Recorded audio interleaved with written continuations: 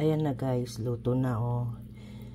Kain na tayo. Ang sarap. Medyo maasim-asim siya. Ayan. See? Kain na tayo guys. Ang sarap-sarap. Oh, ayan oh. Kain, kain, kain. Walang amoy.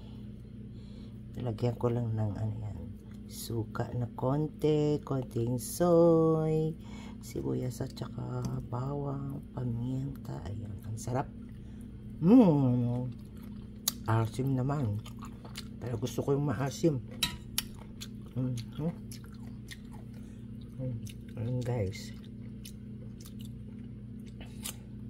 Kain. Kain oh, ayan oh. Kain tayo guys, kain.